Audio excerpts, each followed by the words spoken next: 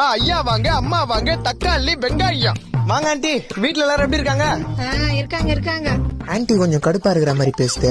புகுந்த வீட்டுல ஏதாவது தகராறோ பெருசு பண்ற வேண்டியதுதான். ஆண்டி அடிக்கடி வெறுப்பேத்துறவங்க மாமியார் கை விளங்காம போனோமா? என்ன வெங்காயம் இல்லன்னா வளவளன்னு பேசுறவங்க மாமனார் கை வலிச்சுன்னு போனோமா? என்னங்க வெண்டக்கா. அப்ப 5 கிலோ வெங்காயம் கொடுப்பா. இருங்க ஒரே முட்டை 5 கிலோ கேக்குறீங்க? அல்பாயுஸ்ல போயிட்டு போறாங்க மாமியாரு. அளவுக்கு மீறினால் அமுதமும் நஞ்சு. இந்த வாங்கிட்டு போங்க கொத்தாரக்கா பிஞ்சி. சரி, வெண்டைக்காய் எவ்வளவுப்பா? ஐயா ஆண்டி நீங்க ரேட்டை விடுங்க. இந்த வெண்டைக்காய் அப்படியே உங்க மண்டைக்குள்ள போச்சுன்னா உங்களுக்கு 7ஆம் அறிவு உண்டாகி எட்டி ஓதிக்கிற உங்க வீட்டுக்கார கட்டி போட்டு அடிக்கலாம். அப்ப இது 1/4 கிலோ கொடுப்பா. ஐயோ பாவம், கட்டின புருஷன் மேல எவ்வளவு காண்டா இருக்குது பாத்தியா?